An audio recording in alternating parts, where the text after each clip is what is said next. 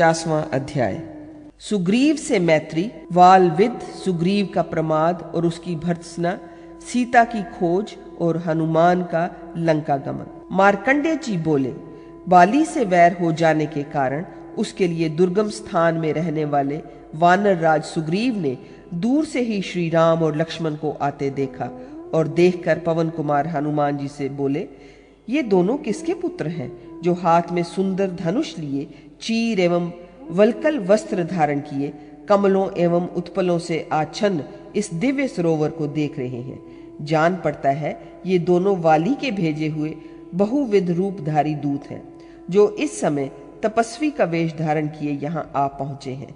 ये निश्चय करके सूर्य कुमार सुग्रीव भयभीत हो गए और समस्त वानरों के साथ ऋष्यमूक पर्वत से कूदकर दूसरे वन में स्थित अगस्त्य मुनि उत्तम आश्रम पर चले गए। वहां स्थित होकर सुग्रीव ने पुनः पवन कुमार से कहा, हनुमान, तुम भी तपस्वी का वेश धारण करके शीघ्र जाओ और पूछो कि वे कौन हैं, किसके पुत्र हैं और किस लिए वहां ठहरे हुए हैं। महाबुद्धिमान वायुनंदन, ये सब बातें सच सच जानकर मुझे बताओ। उनके इस प्रकार कहने पर हनुमान जी सन्यासी के रूप में पंपासर के उत्तम तट पर गए और भाई लक्ष्मण के साथ विद्यमान श्री रामचंद्र जी से बोले, महामते, आप कौन हैं? यहाँ कैसे आए हैं? इस जन शून्य घोर वन में आप कहाँ से आ गए? यहाँ आने का क्या प्रयोजन है? ये सब बातें मेरे समक्ष ठीक ठीक बताइए। इस प्रकार पूछते हुए हनुमान जी से अपने भाई की आज्ञा पाकर लक्ष्मण बोले, मैं श्री रामचंद्र जी का वृतांत आदि से ही वर्णन करता हूँ। सुनो, इस पृथ्वी पर दशरथ नाम के राजा बहुत प्रसिद्ध थे। महाबुद्धे, ये मेरे बड़े भाई श्री राम उन्हीं महाराज के ज्येष्ठ पुत्र हैं। इनका राज्याभिषेक होने जा रहा था, किंतु कैकेयी ने उसे रोक दिया। फिर पिता की आज्ञा का पालन करते हुए ये मेरे बड़े भ्राता श्री राम मेरे तथा अपनी धर्म पत्नी सीता के साथ घर से निकल आए। वन में आकर इन्होंने अनेकों मुनियों से युक्त दंडकारण्य में प्रवेश किया। वहां जनस्थान में निवास करते हुए इन महात्मा श्री रामचंद्र जी की धर्म पत्नी सीता को वन में किसी पापी ने हर लिया। उन सीता जी की ही खोज करते हुए ये वीरवर कमल नयन श्री राम यहाँ आए हैं, जिससे तुम्हें यहाँ इनका दर्शन हुआ है। बस यही हमारा वृतांत है जो तुमसे बता दिया। महात्मा लक्ष्मण के वचन सुनकर उन पर विश्वास हो आने के कारण वायुनंदन हनुमान ने अपने स्वरूप को प्रकट नहीं किया और रघुकुल नायक रामचंद्र से यह कहकर कि आप मेरे स्वामी हैं, उन्हें सांत्वना देते हुए अपने साथ सुग्रीव के पास ले आकर उन दोनों भाइयों की सुग्रीव से मित्रता करा दी। फिर श्री रामचंद्र जी के स्वरूप का परिचय प्राप्त हो जाने के कारण उनके चरण कमलों को सिर पर धारण कर वानर राज सुग्रीव ने मधुर वाणी में कहा, राजेंद्र, इसमें संदेह नहीं है कि आज से आप हमारे स्वामी हुए और प्रभो, मैं समस्त वानरों के साथ आपका सेवक हुआ। रघुनंदन, आपका जो शत्रु है वह आज से मेरा भी शत्रु है और जो आपका मित्र है वह मेरा भी श्रेष्ठ मित्र है। इतना ही नहीं, आपका जो दुख है वह मेरा भी है तथा आपकी प्रसन्नता ही मेरी भी प्रसन्नता है। यूं कहकर सुग्रीव ने पुनः श्री रामचंद्र जी से कहा, प्रभो, बाली नामक मेरा ज्येष्ठ भाई है जो महाबलवान और बड़ा ही पराक्रमी है, किंतु वह हृदय का अत्यंत दुष्ट है। उसने कामासक्त होकर मेरी भार्या का अपहरण कर लिया है। पुरुष श्रेष्ठ, इस समय आपके सिवा दूसरा कोई बाली को मारने वाला नहीं है। राजकुमार, पुराण वेताओं ने कहा है कि जो ताड़ के इन 7 वृक्षों को एक साथ ही काट डालेगा वही बाली का वध कर सकेगा। यह सुनकर श्रीमान रामचंद्र जी ने भी सुग्रीव को प्रिय करने के लिए आधे खींचे हुए बाण से ही उन 7 महावृक्षों को एक ही साथ काट डाला। उन महावृक्षों का भेदन करके श्री राम ने राजा सुग्रीव से कहा, सूर्य नंदन सुग्रीव, मेरे पहचानने के लिए अपने शरीर में कोई चिन्ह धारण करके तुम जाओ और बाली के साथ युद्ध करो। उनके यों कहने पर सुग्रीव ने चिन्ह धारण कर बाली के साथ युद्ध किया और श्री राम ने भी वहां जाकर एक ही बाण से बाली को बींध दिया। इससे पराक्रमी बाली पृथ्वी पर गिरा और मर गया। तब श्री रामचंद्र जी ने अत्यंत डरे हुए बाली कुमार अंगद को, जो बहुत ही विनयी और संग्राम में कुशल था, युवराज पद पर अभिषिक्त करके तारा को सुग्रीव की सेवा में अर्पित कर दिया। तत्पश्चात कमल नयन धर्मात्मा श्री राम सुग्रीव से बोले, तुम वानरों के राज्य की देखभाल कर लो, फिर मेरे पास आना और कपीश्वर सीता की खोज कराने का शीघ्र ही यत्न करना। उनके द्वारा इस प्रकार कहे जाने पर सुग्रीव ने लक्ष्मण सहित श्री रामचंद्र जी से कहा, रघुनंदन, इस समय महान वर्षा काल आ पहुंचा है। इंद्र के वर्षा करते रहने पर इस वन में वानरों का चलना फिरना न हो सकेगा। राजेंद्र, वर्षा बीतने और शरत काल आ जाने पर मैं समस्त दिशाओं में अपने वानर दूतों को भेजूंगा। ये कहकर वानर राज सुग्रीव ने श्री रामचंद्र जी को प्रणाम किया और पंपापुर में प्रवेश करके वे तारा के साथ रमण करने लगे। इधर महामती श्री रामचंद्र जी भी अपने भाई लक्ष्मण के साथ उस महावन में नीलकंठ नामक पर्वत की चोटी पर विधि पूर्वक रहने लगे। उनका वर्षा काल बड़ी कठिनाई से बीता। जब शरत काल उपस्थित हुआ तब श्री रामचंद्र जी ने सीता के वियोग से व्यथित हो सुमित्रा नंदन लक्ष्मण से इस विषय में वार्तालाप किया। उस समय तक वहां न आकर सुग्रीव ने अपनी पूर्व प्रतिज्ञा का उल्लंघन किया था। इसलिए भ्रातृवत्सल ककुत्स्थ नंदन श्री राम ने लक्ष्मण से क्रोधपूर्वक कहा, लक्ष्मण, तुम पंपापुर जाओ, देखो क्या कारण है कि वह दुष्ट वानर राज अभी तक नहीं आया। पहले तो वह यही कहकर गया था कि वर्षा काल बीतने पर मैं अनेक वानरों के साथ आपके पास आऊंगा। अब तुम जहां वह वानर राज रहता है वहां शीघ्रता पूर्वक जाओ, तारा के साथ रमण करने वाले उस दुष्ट वानर को आगे करके समस्त वानर सेना के सहित मेरे पास शीघ्र ले आओ। यदि ऐश्वर्य प्राप्त कर लेने के कारण मद में चूर हो सुग्रीव यहाँ न आए तो तुम उसे असत्यवादी से यूं कहना, अरे दुष्ट, श्री राम ने कहा है कि जिससे बालिका वध किया था वह बाण आज भी मेरे हाथ में मौजूद है। अतः वानर, इस बात को याद करके तू श्री रामचंद्र जी की आज्ञा का पालन कर, इसी में तेरा भला है। श्री रामचंद्र जी की ऐसी आज्ञा देने पर लक्ष्मण ने बहुत अच्छा कहकर उसे शिरोधार्य किया और उनको नमस्कार करके वे पंपापुर में गए जहां सुग्रीव रहता था। वहां उन्होंने वानर राज सुग्रीव को देखकर कहा, अरे तू श्री रामचंद्र जी के कार्य से मुंह मोड़कर यहाँ तारा के साथ भोग विलास में फंसा हुआ है। रे दुर्बुद्धे, तूने श्री राम के सामने जो ये प्रतिज्ञा की थी कि जहाँ कहीं भी हो सीता को ढूंढकर मैं आपको अर्पित करूंगा, उसे क्या भूल गया? अरे पापात्मा वानर राज, जिन्होंने बाली को मारकर पहले ही तुम्हें राज्य दे दिया, ऐसे परोपकारी मित्र का तेरे सिवा कौन अनादर कर सकता है? तूने देवता, अग्नि और जल के निकट श्री राम से ये प्रतिज्ञा की थी कि राजन, मैं पत्नी से वियुक्त हुए आपकी सहायता करूंगा। राजन, जो जो आपके शत्रु हैं वे मेरे भी शत्रु हैं, तथा देव, जो जो आपके मित्र हैं वे मेरे भी सदा ही मित्र हैं। राजन, मैं बहुत से वानरों के साथ सीता की खोज कराने के लिए अवश्य ही आपके पास आऊंगा। भगवान श्री राम के निकट यूं कहकर तुझ जैसे दुष्ट पापी के सिवा दूसरा कौन है जो इसके विपरीत आचरण करता? अरे दुष्ट वानर, इस प्रकार तूने अपना काम तो उनसे करा लिया और उनका कार्य करना तू भूल गया। इस समय ऋषियों की ये यथार्थ बात कि अपना काम सिद्ध हो जाने पर सभी की बुद्धि बदल जाती है, जैसे बछड़ा माता के थनों में दूध की कमी देखकर उसे छोड़ देता है, मुझे तुमसे ही ठीक ठीक घटती सी दिख रही है। संसार में जो मनुष्योचित सद्व्यवहार का ज्ञान रखने वाले हैं, उन सर्वज्ञ महात्माओं से मैं किसी को भी ऐसे नहीं देखता जो लोक में दूसरों के द्वारा किए हुए उपकार को न मानता हूँ। शास्त्रों में महापात की पुरुषों की भी उद्धार का उपाय देखा गया है, किंतु दुष्ट वानर कृतघ्न पुरुष के उद्धार का उपाय मैंने पहले कभी नहीं देखा है। इसलिए तुझे कभी कृतघ्नता नहीं करनी चाहिए। अपनी की हुई प्रतिज्ञा को याद कर। अब आ, तेरे हित की रक्षा करने वाले ककुत्स्थल कुंदन भगवान श्री राम की शरण में चले। वानर, यदि तू नहीं आना चाहता तो ये श्री राम का वचन सुन। उन्होंने कहा है, मैं बाली की ही भांति सुग्रीव को भी यमपुर भेज दूंगा। जिससे वानर राज बाली मारा गया है वह बाण अब भी मेरे पास मौजूद है। लक्ष्मण के इस प्रकार कहने पर कपिराज सुग्रीव मंत्री की प्रेरणा से बाहर निकले। उन्होंने लक्ष्मण को प्रणाम किया और उन महात्मा से कहा, महाभाग, हमारे अज्ञानवश किए हुए अपराधों को आप क्षमा करें। मैंने उस समय अमित तेजस्वी राजा रामचंद्र के साथ जो प्रतिज्ञा की थी उसका अब भी उल्लंघन नहीं करूंगा। महावीर राजकुमार, मैं अब समस्त वानरों को साथ लेकर आपके साथ श्री राम के पास चलूंगा।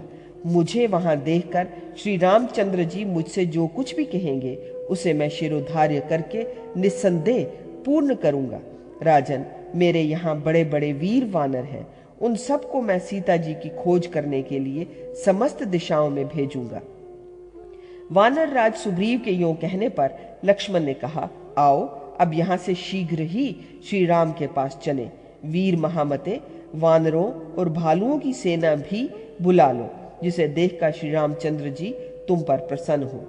लक्ष्मण द्वारा इस प्रकार कहे जाने पर परम पराक्रमी सुग्रीव ने पास ही खड़े युवराज अंगद से इशारे से कुछ कहा। अंगद ने भी जाकर सेना का संचालन करने वाले सेनापति को प्रेरित किया। सेनापति के बुलाने से पर्वत, कंदरा और वृक्षों पर रहने वाले करोड़ों वानर आए। पर्वतों के समान आकार वाले उन भयंकर पराक्रमी वानरों के साथ सुग्रीव ने उस समय शीघ्रता पूर्वक पहुंचकर श्री रामचंद्र जी को प्रणाम किया। साथ ही लक्ष्मण जी ने भी अपने भाई को प्रणाम करके कहा, राजन, इन विनयशील सुग्रीव पर अब आप कृपा करें। भाई लक्ष्मण के इस प्रकार अनुरोध करने पर श्री रामचंद्र जी ने सुग्रीव से कहा, महावीर सुग्रीव, यहाँ आओ, कहो कुशल तो है ना। श्री रामचंद्र जी का ऐसा कथन सुनकर और उन नरेश को प्रसन्न जानकर सुग्रीव ने सिर पर अंजलि जोड़ उनसे कहा, राजन प्रभो, मेरी कुशल तो तभी होगी जब मैं सीता देवी को ढूंढकर आपको अर्पित कर दूं, नहीं तो नहीं।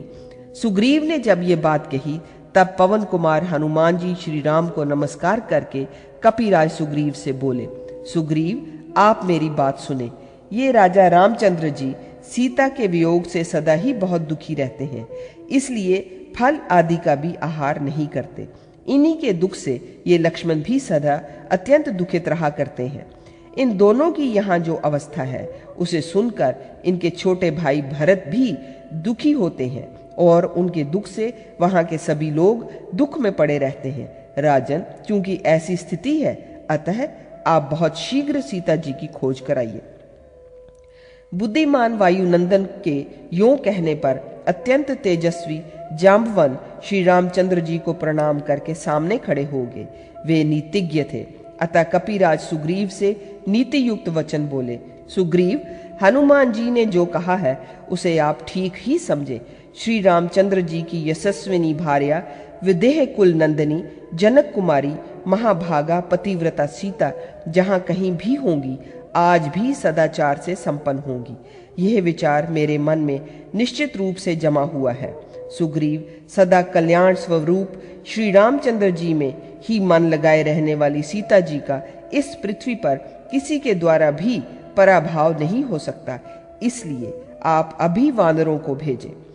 जाम्बवान के इस प्रकार कहने पर महान बल और पराक्रम से युक्त कपिराज सुग्रीव ने प्रसन्न हो सीता की खोज के लिए बहुत से वानरों को पश्चिम दिशा में भेजा तथा धर्मात्मा ने उत्तर दिशा में भी सीता को ढूंढने के निमित्त 1,00,000 वानरों को उसी समय भेज दिया।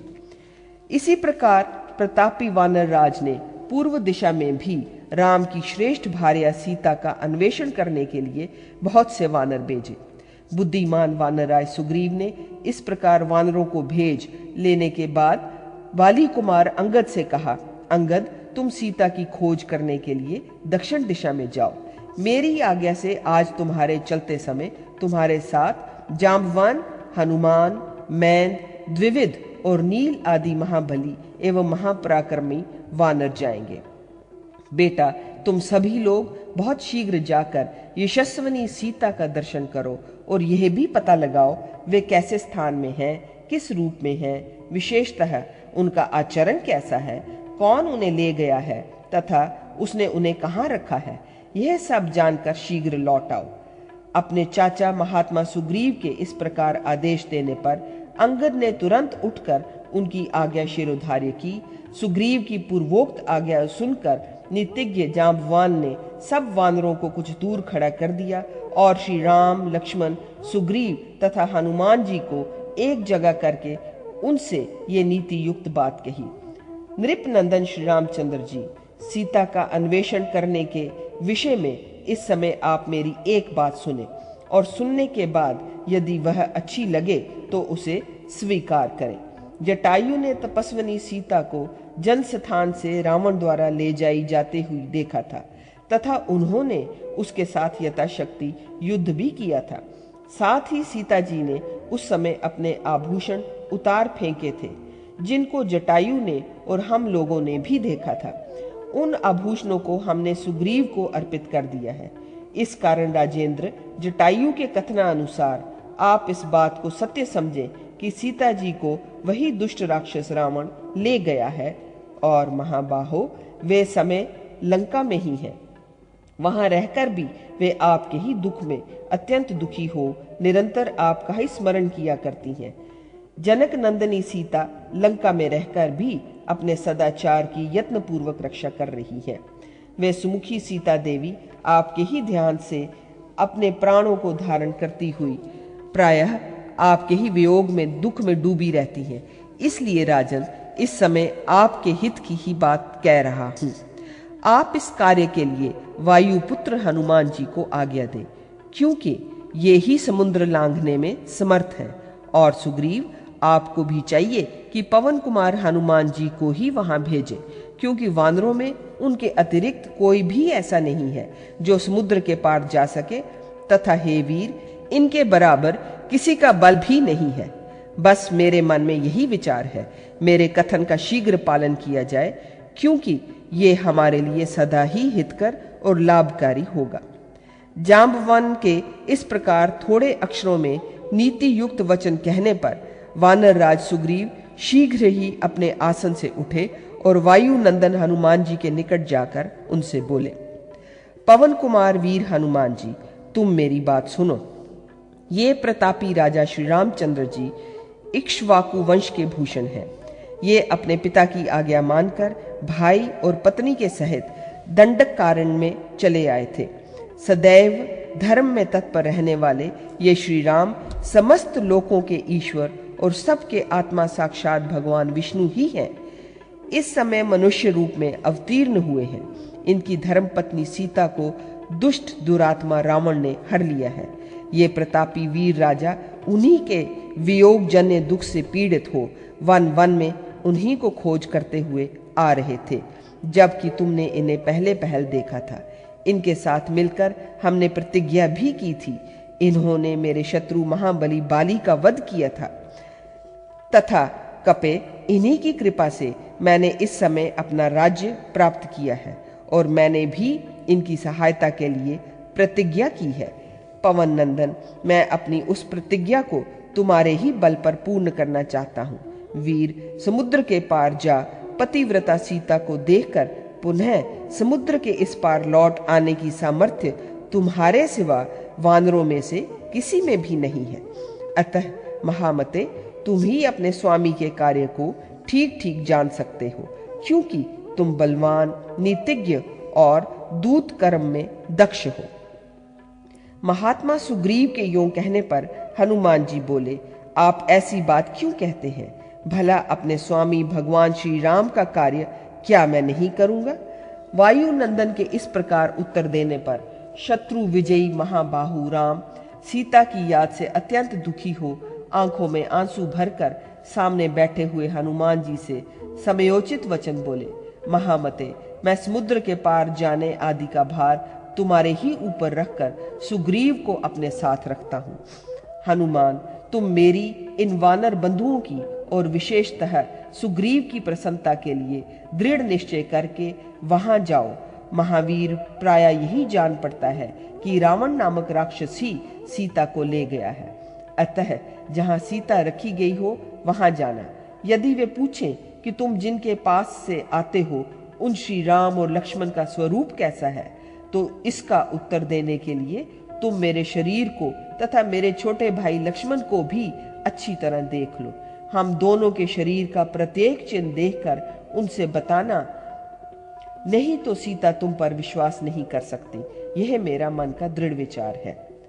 भगवान श्री राम के यूं कहने पर महाबली वायु नंदन हनुमान उठकर उनके सामने खड़े हो गए और हाथ जोड़कर उनसे बोले, मैं आप दोनों के सब लक्षण विशेष रूप से जानता हूँ। अब मैं वानरों के साथ जा रहा हूँ, आप खेद ना करें। कमल लोचन राजन, इसके अतिरिक्त आप मुझे कोई पहचान की वस्तु दीजिए जिससे आपकी महारानी सीता का मुझ पर विश्वास हो।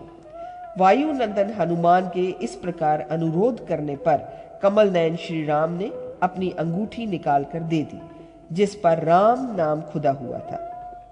उसे लेकर पवन कुमार हनुमान ने भी श्री राम, लक्ष्मण और वानर राज सुग्रीव की परिक्रमा की। फिर उन्हें प्रणाम कर वे अंजनी नंदन हनुमान वहां से शीघ्रता पूर्वक चले। तब सुग्रीव भी अपने आज्ञाकारी एवं बलाभिमानी वानरों के विषय में यह जानकर कि वे जाने के लिए उद्यत हैं, उन्हें आदेश देते हुए बोले, सभी वानर इस समय मेरी आज्ञा सुन लें। तुम पर्वतों और वनों में विलंब मत जाना। शीघ्र जाकर महाभागा राम पत्नी पतिव्रता सीता का पता लगाकर लौट आना। मैं श्री रामचंद्र जी के पास ठहरता हूँ। यदि तुम मेरी आज्ञा के विपरीत चलोगे तो मैं तुम्हारी नाक और कान काट डालूंगा। कपिराज सुग्रीव ने इस प्रकार आज्ञा पूर्वक उन्हें भेजा और वे वानर पश्चिम आदि दिशाओं में चल पड़े। समस्त पर्वतों के सानुओं और शिखरों पर, सारी नदियों के तटों पर, मुनियों के आश्रमों में, खड्डों में, सब प्रकार के वनों और उपवनों में, वृक्षों और झाड़ियों में, कंदराओं तथा शिलाओं में, सह पर्वत के आसपास, विंध्याचल और समुद्र के निकट, हिमालय पर्वत पर, किम पुरुष आदि देशों में, समस्त मानवीय प्रदेशों में, सातों पातालों में, संपूर्ण मध्य प्रदेशों में, कश्मीर में, पूर्व दिशा के सारे देशों में, काम रूप और कौशल में, संपूर्ण तीर्थ स्थानों में तथा सातों कोंकण देशों में भी, जहां तहां सर्वत्र सीता की खोज करते हुए वे महाबली वानर उन्हें न पाकर लौट आए। आकर उन्होंने श्री राम और लक्ष्मण के चरणों में तथा विशेषतः सुग्रीव को प्रणाम किया और ये कहकर कि हमने कमल लोचन महाभागा सीता को कहीं नहीं देखा, वहां खड़े हो गए। तब दुखित हुए भगवान राम से कपिराज सुग्रीव ने कहा, राजन, सीता जी दक्षिण दिशा में ही वन में स्थित है। उन्हें वानर श्रेष्ठ बुद्धिमान पवन कुमार ही देख सकते हैं। इसमें संदेह नहीं कि हनुमान जी सीता को देखकर ही आएंगे। महाबाहु श्री राम, आप धैर्य धारण करें, मेरा यह कथन बिल्कुल सत्य है। तब लक्ष्मण ने भी शकुन देखकर ये बात कही, हनुमान सर्वथा सीता को देखकर ही आएंगे।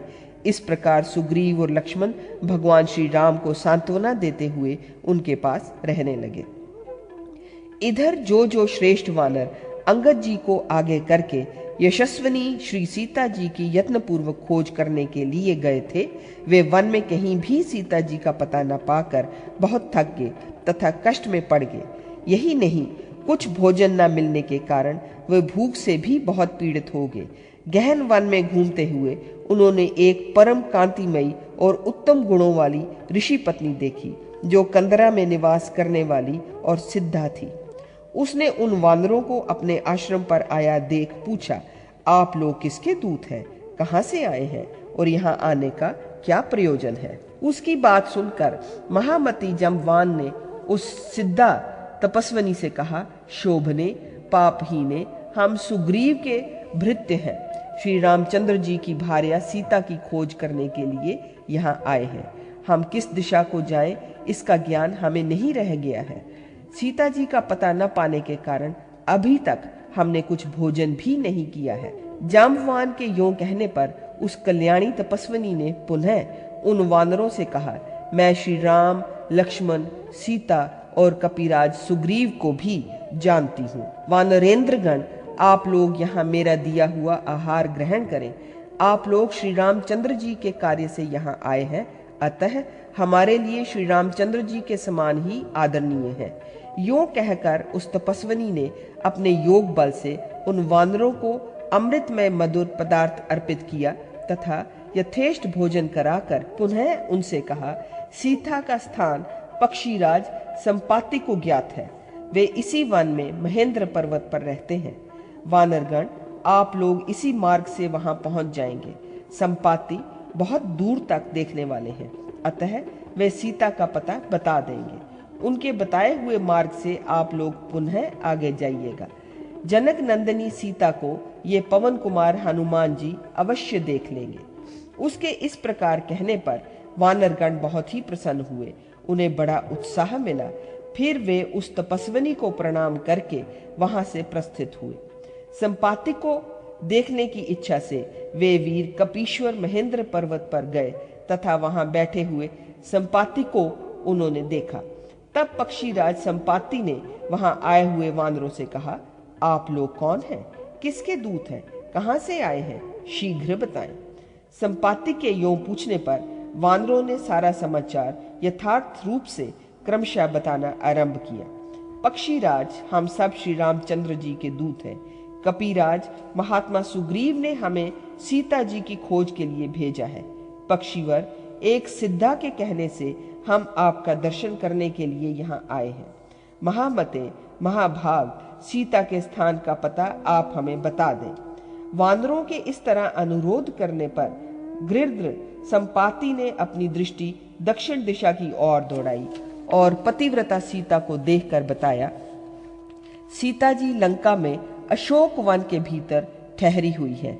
तब वानरों ने कहा, आपके भ्राता जटायु ने सीता जी की रक्षा के लिए ही प्राण त्याग किया है। यह सुनकर महामती संपाति ने स्नान करके जटायु को जलांजलि दी और योग धारण का आश्रय ले अपने शरीर को त्याग दिया। तदनंतर वानरों ने संपाति के शव का दाह संस्कार किया और उन्हें जलांजलि दे महेंद्र पर्वत पर जाकर तथा उसके शिखर पर आरूढ़ हो क्षण भर खड़े रह फिर समुद्र की ओर देख वे सभी परस्पर कहने लगे, रावण ने ही भगवान श्री राम की भार्या सीता का अपहरण किया है। ये बात निश्चित हो गई है। संपाति के वचन से आज सब बातें ठीक ठीक ज्ञात हो गईं। शोभाशाली वानरों, अब आप सब लोग सोच कर बताएं कि यहाँ वानरों में कौन ऐसा वीर है जो इस क्षार समुद्र के पार जा लंका में घुसे और परम यशस्वनी श्री राम पत्नी सीता जी का दर्शन करके पुनः समुद्र के पार लौट आने में समर्थ हो सके।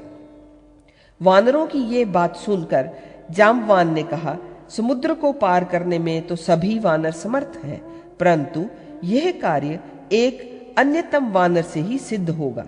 मेरे विचार में तो यह आता है कि इस कार्य को सिद्ध करने में केवल हनुमान जी ही समर्थ हैं। अब समय नहीं खोना चाहिए। हमारे लौटने की जो नियत अवधि थी उससे 15 दिन अधिक बीत गए हैं। वानरेंद्र गण, यदि हम लोग सीता को देखे बिना ही लौट जाएंगे तो कपिराज सुग्रीव हमारी नाक और कान काट लेंगे। इसलिए मेरी राय यह है कि हम सब लोग इस कार्य के लिए वायु नंदन हनुमान जी से ही प्रार्थना करें। यह सुनकर उन वानरों ने वृद्ध जाम्बवान जी से कहा, अच्छा ऐसा ही हो।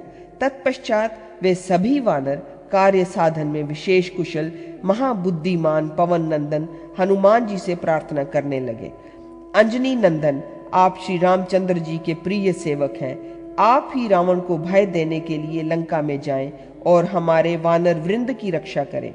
वानरों के यों कहने पर पवन कुमार हनुमान जी ने तथास्तु कहकर उनकी प्रार्थना स्वीकार की। एक तो श्री रामचंद्र जी की आज्ञा थी, फिर अपने स्वामी सुग्रीव ने भी आदेश दिया था।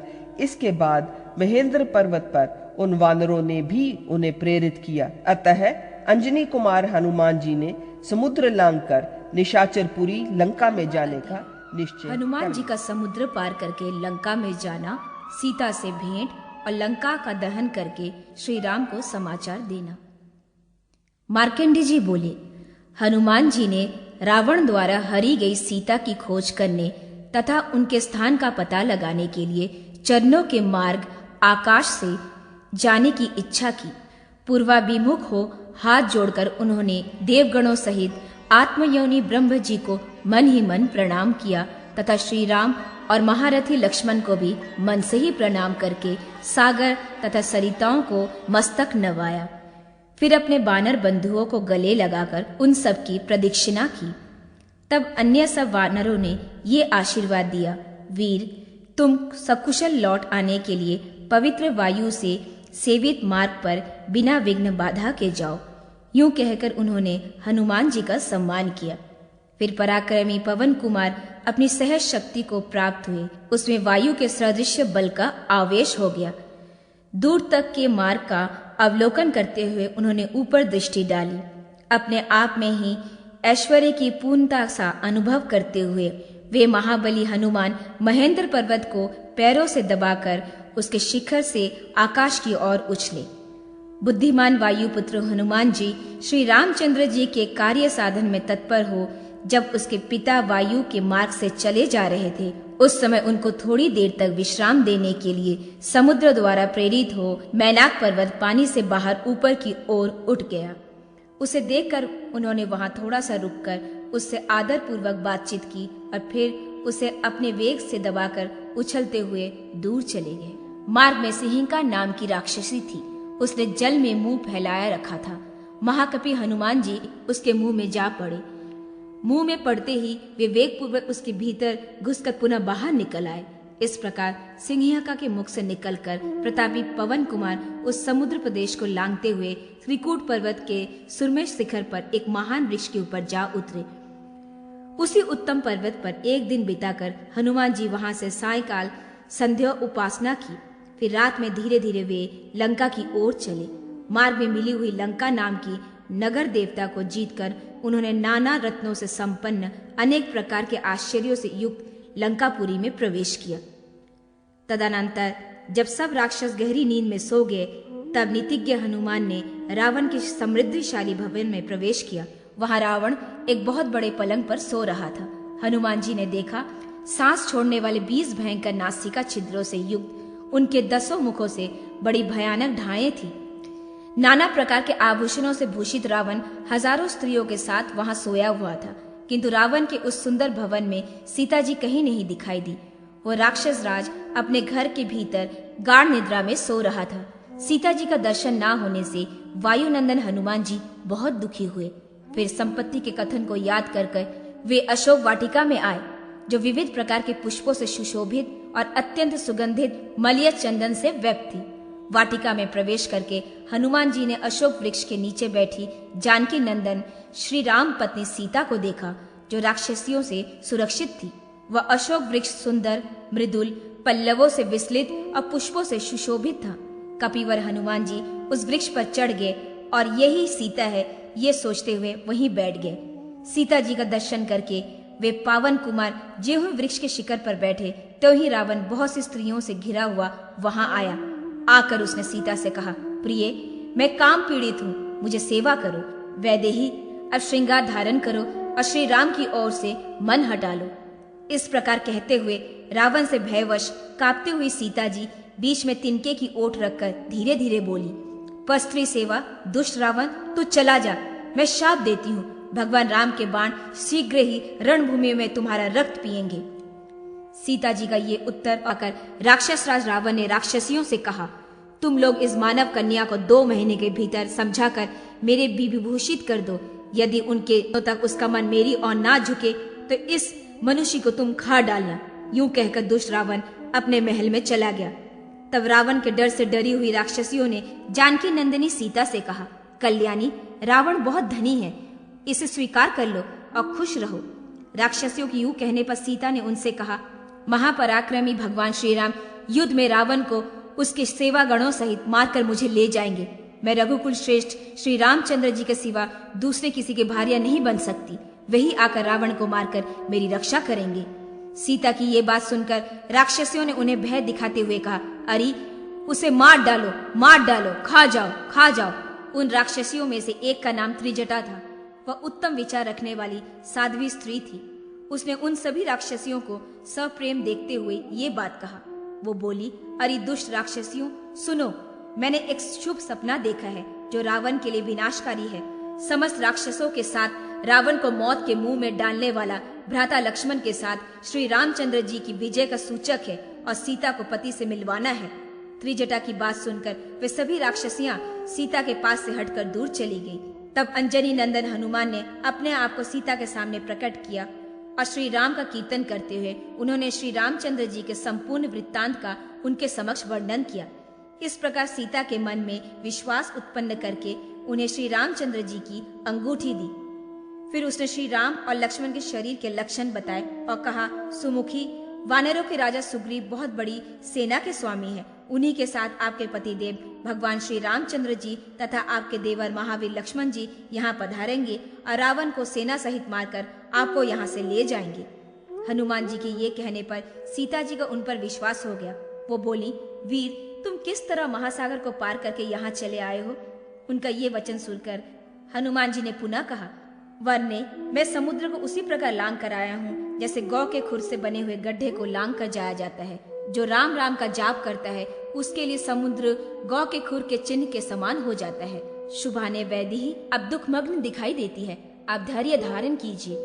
मैं आपसे सत्य सत्य कह रहा हूँ, आप बहुत शीघ्र श्री रामचंद्र जी की दर्शन करेंगे। इस प्रकार दुख में डूबी हुई पतिव्रता जानकी नंदिनी सीता को आश्वासन दे उनके पहचान के लिए चूड़ामणि पाकर और श्री राम के प्रभाव से काक रूपी जयंत के प्रभाव कथा सुनाकर वहां से चले जाने का विचार करके हनुमान जी ने सीता को नमस्कार करने के पश्चात प्रस्थान किया। तत्पश्चात कुछ सोचकर पराक्रमी हनुमान जी ने रावण के उस संपूर्ण कीड़ावन यानी अशोक वाटिका को नष्ट भ्रष्ट कर डाला और उसके वन के द्वार पर स्थित हो उच्च स्वर से सिंहनाद करते हुए बोले, भगवान श्री रामचंद्र की जय हो।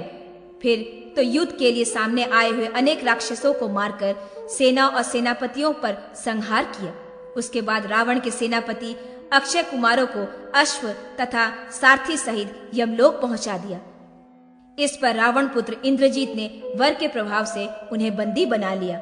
उसके बाद वे रावण के सम्मुख उपस्थित किए गए। वहां से छूटकर उन्होंने श्री राम, लक्ष्मण और महाबली सुग्रीव को यश का कीर्तिमान करते हुए संपूर्ण लंकापुरी को जलाकर भस्म कर दिया। तदनंतर दुष्ट आत्मा रावण को डांट बताकर पुनः सीता जी से वार्तालाप किया।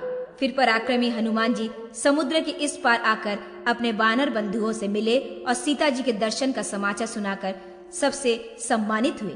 तत्पश्चात हनुमान जी सभी वानरों के साथ मधुबन में आए। उसके रखवालों को मारकर उन्होंने वहां सब साथियों को मधुपान कराया और स्वयं भी पिया। इस कार्य में बाधा डालने के लिए दधिमुख नाम के वानर को सबने धरती पर दे मारा। उसके बाद हनुमान जी ने सब वानरों के साथ आनंदित होकर आकाश में उछलते हुए श्री राम और लक्ष्मण के निकट जा पहुंचे। वहां उन दोनों के चरणों में प्रणाम कर विशेषतः सुग्रीव के मस्तक झुकाकर उन्होंने समुद्र लागने से लेकर सारा समाचार वृत्तांत से सुनाया और ये कहा कि मैंने अशोक वाटिका के भीतर सीता देवी का दर्शन किया। उन्हें राक्षसियां घेरे हुई थी।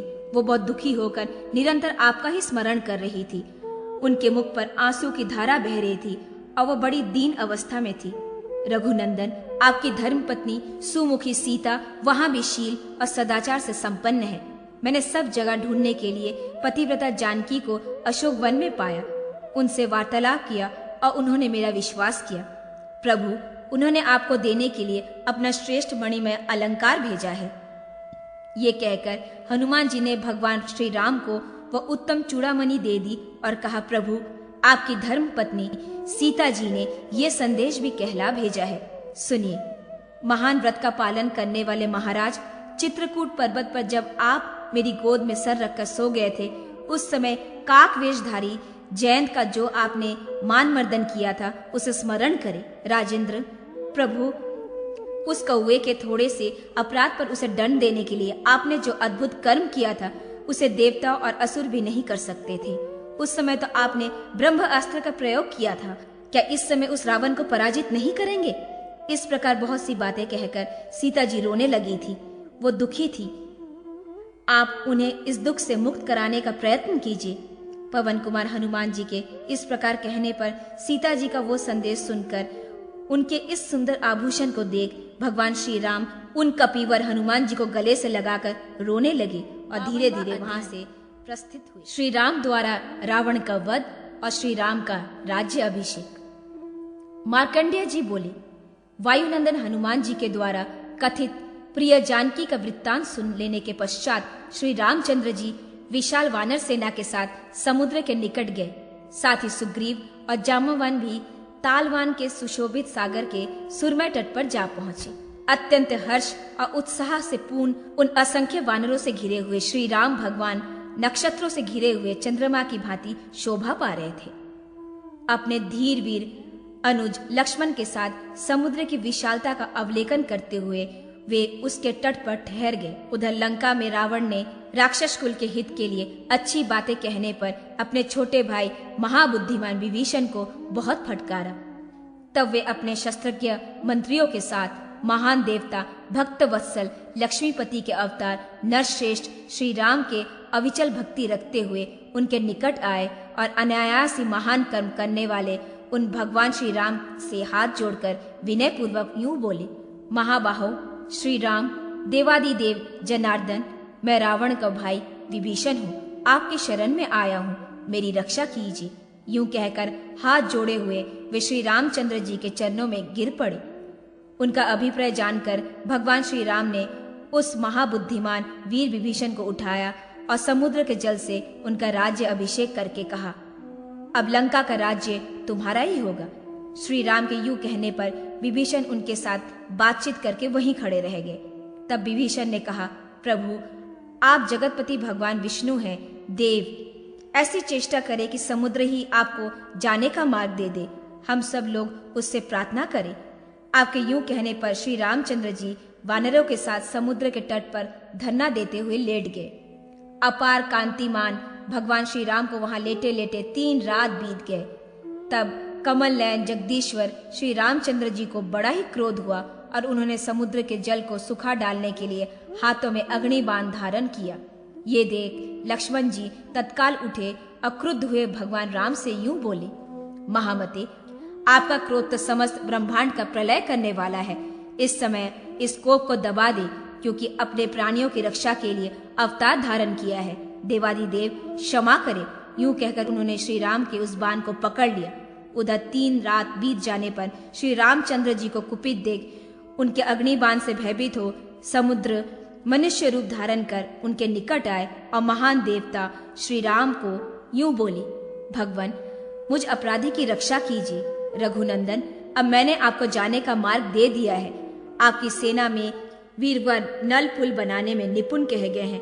उनके द्वारा आपको जितना बड़ा अभिष्ट हो उतना ही बड़ा उत्तम पुल का निर्माण कर लीजिए। तब भगवान राम ने नल आदि अमित तेजस्वी वानरों द्वारा बहुत बड़ा पुल बनवाया और उसी के द्वारा समुद्र के पार जाके सुवेल नामक पर्वत पर जाकर वही वानरों के साथ डेरा डाल दिया। वहां से अंगद ने देखा दुष्ट रावण महल की अट्टालिका पर बैठा हुआ है। उसे देखते ही भगवान श्री राम की आज्ञा ले दूत कार्य में संलग्न होकर उछलकर रावण के पास जा पहुंचे। जाते ही उन्होंने रोष पूर्वक रावण के मस्तक पर लात मारी। उस समय देवताओं ने महान पराक्रमी अंगद जी की ओर बड़े विस्मय के साथ देखा। इस प्रकार अपनी प्रतिज्ञा पूरी करके वह पुनः सुवेल पर्वत पर चले गए। तदनंतर प्रतापी भगवान श्री राम ने असंख्य वानर सेनाओं द्वारा रावण की पूरी लंका को चारों ओर से घेर लिया। तब श्री राम ने चारों ओर देख लक्ष्मण को पास बुलाकर कहा, भाई हम लोगों ने समुद्र तो पार कर लिया तथा कपिराज सुग्रीव के सैनिकों ने राक्षसों की राजधानी लंका को अनन फानन में अपना ग्रास बना लिया है। पुरुषार्थ से जो कुछ सिद्ध होने के योग्य था उसे तो हमने उत्पन्न कर दिया है। अब आगे जो कुछ होना है वो भाग्य अथवा इस धनुष के अधीन है। लक्ष्मण बोले, भाई कातर पुरुषों के हृदय से अवलंबन देने वाले भाग्य का देव से क्या होने वाला है। जब तक हमारी भ्रुकुटी रोष में तनकर ललाट के ऊपर तक नहीं जाती, जब तक हम हाथ में धनुष को नहीं पकड़ते, तब तक निशाचर रावण का दर्प त्रिभुवन को भेद करने वाली भुजाओं के भरोसे बढ़ता रहे। ऐसा विचार प्रकट करके लक्ष्मण जी उसी समय भगवान श्री राम के कान में मुंह लगाकर कहने लगे, अब इस समय इस बात की परीक्षा तथा जानकारी के लिए कि ये अंगद अपने पिता वाली के वैर जातिन वध का स्मरण करके आपसे कितनी भक्ति रखता है, इसमें कितना पराक्रम है तथा अब कैसे लक्षण है। आप अंगद को पुनः दूत कर्म करने के लिए आदेश दीजिए। श्री रामचंद्र जी बहुत अच्छा कहकर अंगद की ओर बड़े आदर के साथ देखकर उन्हें आदेश देने लगे। अंगद, तुम्हारे पिता बाली ने दशकंठ रावण के प्रति जो पुरुषार्थ किया था उसका हम भी वर्णन नहीं कर सकते। उसकी याद आते ही हर्ष के कारण हमारे शरीर में रोमांच हो आता है। वही बाली आज तुम्हारे रूप में प्रकट है। तुम पुत्र के रूप में उत्पन्न हो, अपने पुरुषार्थ से पिता को भी पीछे छोड़ रहे हो, अतः तुम्हारे विषय में क्या कहना। तुम पुत्र पदवी को मस्तक का तिलक बना रहे हो। अंगद ने अपने मस्तक पर दोनों हाथ जोड़कर भगवान को प्रणाम करके कहा, जैसी आज्ञा। भगवान, इधर ध्यान दे। रघुपते, क्या मैं 4 दीवारी विहार स्थल और नगर द्वार सहित लंकापुरी को ही यहाँ उठाकर लाऊं, या अपनी सारी सेना को ही पुरी में आक्रमण के लिए पहुंचा दूं, अथवा इस अत्यंत तुच्छ सागर को अविराल कुलाचलों द्वारा पाट दूं? भगवान, आज्ञा दीजिए, क्या करूं? मेरे भुजा दंडों द्वारा सब कुछ सिद्ध हो सकता है। भगवान राम ने अंगद के कथन से ही उसकी भक्ति और शक्ति का अनुमान लगाकर कहा, वीर, तुम दशमुख रावण के पास जाकर कहो, रावण, तुमने अज्ञान और प्रभुत्व से अभिमान में आकर हम लोगों की पीठ पीछे चोर की भांति जिस तरह सीता को उठाकर लाए हो, उसे छोड़ दो, नहीं तो लक्ष्मण के छोड़े हुए बाणों द्वारा भेदे जाकर छीलते हुए रक्त की धाराओं के छत्र भांति तुम मर जाओगे। तुम और तुम्हारे पुत्र यमपुरी में प्रस्थान करोगे।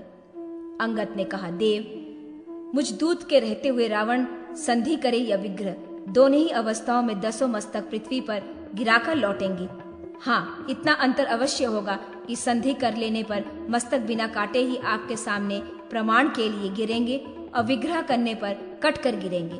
तब श्री रामचंद्र जी ने अंगद की प्रशंसा करते हुए उन्हें भेजा और कहा कि वाद विवाद की चतुराई से शत्रु को हराकर लौट आए।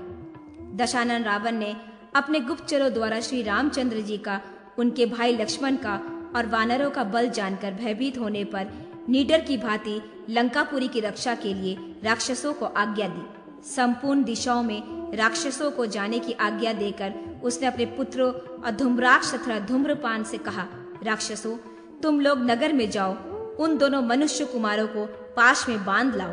शत्रुओं के लिए यमराज के समान पराक्रमी मेरा भाई कुंभकर्ण को भी इस समय वाद्यों के द्वारा जगा लिया गया है। इतना ही नहीं, रावण बड़े बलवान राक्षसों को युद्ध के लिए आदेश दिया और वो भी उनकी आज्ञा को मानकर वानरों के साथ जूझने लगे।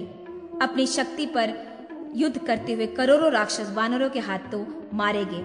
और तो और दशमुख रावण ने जिन जिन दूसरे आपात तेजस्वी राक्षसों को दूसरे जगह से युद्ध के लिए बुलाया था, वो सब भी नील आदि वानरों के युद्ध करते हुए मृत्यु को प्राप्त हुए। इसके बाद रावण ने दक्षिण दिशा में लड़ने के लिए जिन राक्षसों को नियुक्त किया था, वे भी श्रेष्ठ वानरों द्वारा अंग के कटने पर यमलोक जा पहुंचे। फिर पश्चिम द्वार पर जो पर्वतकार राक्षस थे, वो भी अत्यंत गर्विले अंग आदि वानर द्वारा मार दिए गए। फिर उत्तर द्वार पर रावण के द्वारा ठहराया हुआ क्रूर राक्षस मैंद आदि वानरों के हाथों मारे गए। उसके बाद लंका की ऊंची 4 दीवारी को फांदकर उसके भीतर रहने वाले बल अभिमानी राक्षसों का भी संहार करके पूरा शीघ्रतापूर्ण वह अपने सेना में लौट आए। इस प्रकार सब राक्षसों के मारे जाने पर उनकी स्त्रियों को रोंद कर रख देने का दशानन रावण क्रोध से मूर्छित होकर निकला। वह प्रतापी वीर हाथ में धनुष लेकर बहुसंख्य राक्षसों से घिरा हुआ पश्चिम द्वार पर आया और बोला, कहाँ है वो राम? तथा रथ पर बैठे बैठे वानरों पर बाणों की वर्षा करने लगा। उसके बाणों से अंग छिन्न भिन्न हो जाने के कारण वानर इधर उधर भागने लगे। उस समय वानरों को भागते देख श्री राम ने पूछा, वानरों, क्यों भगदड़ लगी हुई है? तुम पर कौन सा भय आ पहुंचा है? श्री राम की बात सुनकर विभीषण ने कहा, राजन महाबाहो, सुनिए, इस समय रावण युद्ध के लिए निकला है। महामते, उसी के बाण से छत विक्षत हो वानरगण भाग रहे हैं। विभीषण की यूं कहने पर श्री रामचंद्र जी ने कुपित होकर धनुष उठाया और टंकार मारते हुए समस्त दिशाओं तथा आकाश को गुंजा दिया। तत्पश्चात कमल नयन श्री रामचंद्र जी रावण से युद्ध करने लगे और सुग्रीव, जामवन, हनुमान, अंगद, विभीषण, लक्ष्मण और अन्य महाबली वानर वहां पहुंचकर हाथी, घोड़े और रथों से युक्त रावण की सेना को, जो सब प्रकार के वानों की वर्षा कर रही थी, मारने लगे। वहां भी श्री राम और रावण का युद्ध बड़ा ही भयंकर हुआ। रावण जिन जिन अस्त्र शस्त्रों का प्रयोग करता, उन सब का बाणों द्वारा छेदन करके महाबली श्री रामचंद्र जी ने एक बाण से सारथी को तथा 10 बाणों से उनके बड़े बड़े घोड़ों को धाराशायी करके एक भल नामक बाण द्वारा रावण के धनुष को काट डाला। फिर महान पराक्रमी राम ने 15 बाणों से उनके मुकुट को भेद कर स्वर्ण की पंख वाले 10 बाणों से उनके मस्तक को भेद डाला। उस समय देवताओं का मान मर्दन करने वाला रावण श्री राम के बाणों से अत्यंत पीड़ित हो गया और मंत्रियों द्वारा ले जाया जाकर वह अपनी पूरी लंका में लौट गया। तदनंतर वाद्यों के घोष से जगाया गया कुंभकर्ण लंका के परकटों को लांघकर धीरे धीरे गज समूह की भांति मंद गति से बाहर निकला। उसका शरीर बहुत ही ऊंचा और मोटा था, आंखें बड़ी ही भयानक थी। वो महाबली दुष्ट राक्षस भूख से व्याकुल वानरों को अपना आहार बनाता हुआ रणभूमि में विचरने लगा। उसे देखकर सुग्रीव ने उछलकर उसकी छाती में शूल प्रहार किया तथा अपने दोनों हाथों से उसके दोनों कानों को और मुख से उसकी नासिका को काट लिया। तत्पश्चात श्री रामचंद्र जी ने रण में सब और युद्ध करते हुए बहुसंख्य राक्षसों को वानरों द्वारा मरवाकर अपने तीखे बाणों से कुंभकर्ण का गला भी काट दिया। फिर वहां आए हुए साक्षात गरुड़ के द्वारा इंद्रजीत को भी जीतकर वानरों से घिरे हुए श्री रामचंद्र जी लक्ष्मण सहित बड़ी शोभा पाने लगे। इंद्रजीत का उद्योग व्यर्थ होने पर और कुंभकर्ण के मारे जाने पर लंकापति रावण ने क्रोध में अपने पुत्र त्रिशरा, अतिकाया, महाकाया, देवांतक और नरांतक से कहा, पुत्रवरों, तुम उन दोनों मनुष्य राम और लक्ष्मण को युद्ध में मार डालो। इस प्रकार उन पुत्रों को ऐसी आज्ञा दे दशकंठ रावण ने पुनः महोदर और महापार्श नामक राक्षस से कहा, तुम दोनों उस संग्राम में शत्रुओं का वध करने के लिए उद्धत हो और बड़ी सेना के साथ जाओ। रणभूमि में उपयुक्त शत्रुओं को आकार करते देख लक्ष्मण ने 6 तीखे बाणों से मारकर उन्हें यमलोक भेज दिया। उसके बाद बानरगण ने शेष राक्षसों को मार डाला। सुग्रीव ने बलाभिमानी कुंभ नामक राक्षस को मारा। हनुमान ने देवताओं के लिए कंठक रूप निकुंभ का वध किया। युद्ध करते हुए वृक्षारूप को विभीषण ने गदा से मार डाला। वानर श्रेष्ठ भीम और मैंद ने श्रीपति का संहार किया।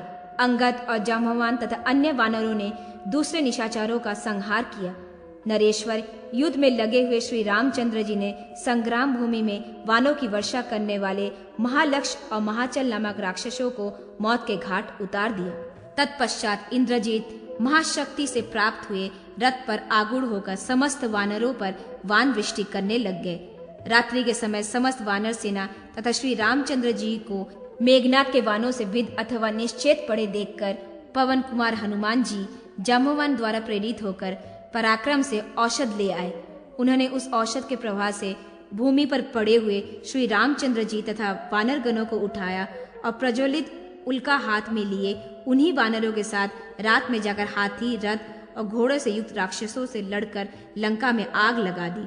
तदनंतर भगवान राम ने बादल के समान समस्त दिशाओं में वान की वर्षा करते हुए मेघनाथ का अपने भाई लक्ष्मण के द्वारा वध करा दिया।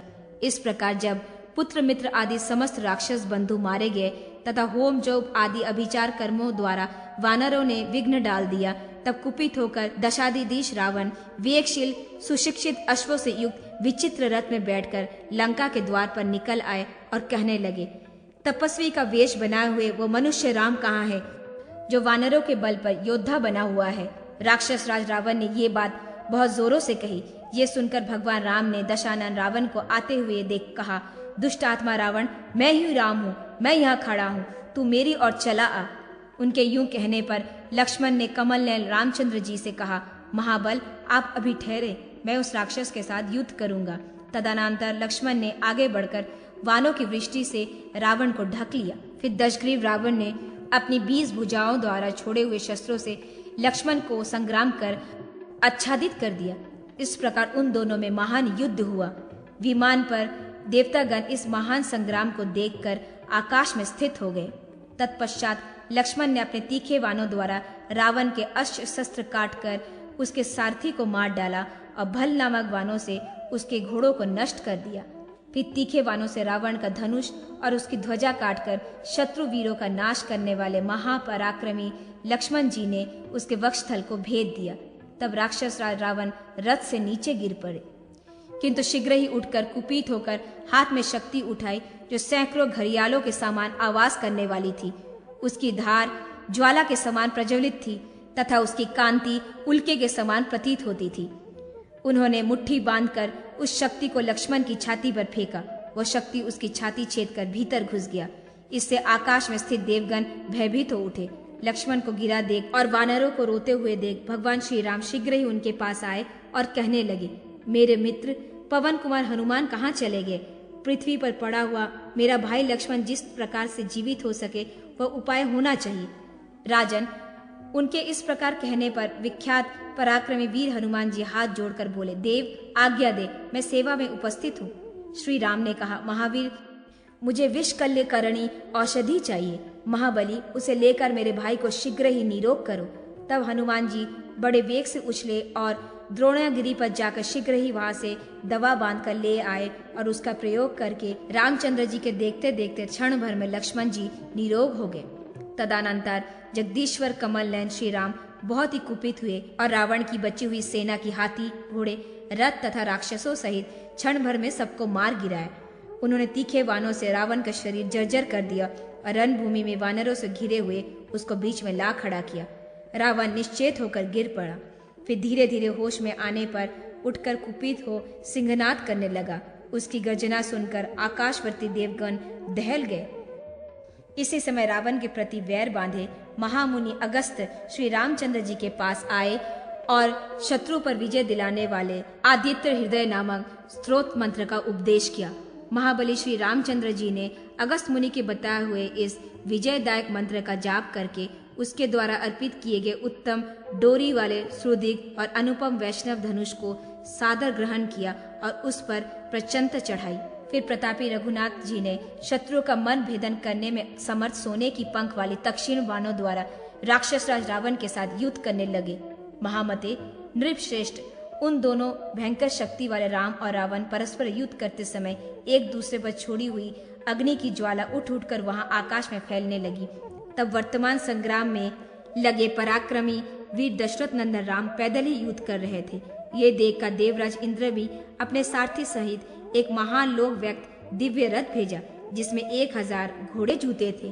प्रतापी श्री रामचंद्र जी श्रेष्ठ देवों द्वारा प्रशंसित होकर उस रथ पर चढ़ गए और उपदेश से उस दुष्ट राजन का, जिसे ब्रह्मा जी ने वरदान दिया था, ब्रह्म अस्त्र द्वारा वध किया। इस प्रकार प्रतापी भगवान राम ने अपने क्रूर वैरी रावण का संहार किया। श्री रामचंद्र जी के द्वारा शत्रु रावण का गणों सहित वध हो जाने पर इंद्र आदि सभी देवता परस्पर कहने लगे, साक्षात भगवान विष्णु ने श्री राम अवतार लेकर हमारे वैरी रावण का, जो दूसरों के लिए अवैध था, युद्ध में वध किया। इसलिए हम लोग आकाश से उतरकर इस अत्यंत पराक्रमी तथा किसी से भी पराजित न होने वाले श्री राम नामक परमेश्वर की पूजा करें। ऐसे सम्मानित करके वे रुद्र, इंद्र, वसु और चंद्र आदि देवतागण अनेक कांतिमान विमानों द्वारा पृथ्वी पर उतरे। वे जगत के रचयिता, विश्व मूर्ति, सनातन पुरुष, विजयशील भगवान श्री विष्णु के स्वरूप भूत अविनाशी परमात्मा श्री राम का लक्ष्मण सहित विविध पूजन करके उन्हें सब ओर से घेर कर खड़े हो गए। सब देवता परस्पर कहने लगे, देवगण देखो, ये श्री रामचंद्र जी है, ये लक्ष्मण जी खड़े हैं, ये सूर्य नंदन सुग्रीव है, ये वायु नंदन हनुमान जी खड़े हैं और ये अंगद आदि सभी वानर वीर विराजमान है। तत्पश्चात श्री रामचंद्र जी और लक्ष्मण के मस्तक पर देव कन्याओं के हाथ से छोड़े गए फूलों की वर्षा हुई। उस समय वहां की सब दिशाएं में दिव्य पुष्प की सुगंध से सुवासित हो रहे थे और उन पुष्पों पर भ्रमर मंडरा रहे थे। तदनंतर ब्रह्मा जी हंस की सवारी से वहां आए और अमोघ नामक शस्त्र से भगवान श्री राम की स्तुति करके उनसे बोले। ब्रह्मा जी ने कहा, आप समस्त प्राणियों के आदिकरण, अविनाशी, ज्ञान दृष्टि भगवान विष्णु है। आप ही वेदांत विख्यात सनातन पराब्रह्म है। आपने आज जो संपूर्ण लोकों को रुलाने वाला रावण का वध किया है, इससे समस्त लोकों तथा देवताओं का भी कार्य सिद्ध हो गया है। ब्रह्मा जी के इस प्रकार कहने के पश्चात भगवान शंकर ने भी पहले श्री रामचंद्र जी को प्रेम पूर्वक प्रणाम किया, फिर उन्हें राजा दशरथ का दर्शन कराया। उसके बाद ये कहकर कि श्री सीता जी निष्कलंक और शुद्ध चरित्र वाली है, भगवान शंकर चले गए। तदनंतर पवित्र आत्मा सीता जी को अपने बाहुबल से प्राप्त सुंदर पुष्पक विमान पर चढ़ाकर भगवान ने हनुमान जी को चलने का आदेश दिया। तब समस्त वानरों द्वारा शोक रहित जानकी देवी को आभूषणों से भूषित करके महाबली श्री रामचंद्र जी अपने भाई लक्ष्मण के साथ चले। लौटती बार श्री रामचंद्र जी ने समुद्र के पुल पर महादेव जी की स्थापना की और शंकर जी की कृपा से उन्होंने उस शिव जी की परम भक्ति प्राप्त की। वहां स्थापित हुए पिनाकधारी महादेव जी रामेश्वर नाम से विख्यात हुए। उनके दर्शन मात्र से ही शिव जी सब प्रकार के हत्या आदि दोषों से दूर कर देते हैं। इस प्रकार प्रतिज्ञा पूर्ण करके श्री रामचंद्र जी अपना चित्त भरत जी की ओर लगा रहने के कारण वहां से दिव्यपुरी अयोध्या की ओर गए। फिर भरत जी के मनाने पर श्री रामचंद्र जी ने वशिष्ठ आदि उत्तम ब्राह्मणों के द्वारा अपना राज्य अभिषेक कराए। तत्पश्चात प्रतापी भगवान श्री रामचंद्र जी चिरकाल तक धन पूर्वक राज्य किया तथा रागोचित यज्ञादि कर्मों का अनुष्ठान करके वे पूर्ववासी जनों के साथ ही स्वर्ग लोक को चले गए। राजन, पृथ्वी पर महात्मा श्री रामचंद्र जी के किए हुए चरित्रों का मैंने आपसे संक्षिप्त रूप में वर्णन किया है। जो लोग इसको भक्ति पूर्वक पढ़ते और सुनते हैं उन्हें जगतपति भगवान श्री राम अपना धाम प्रदान करते हैं।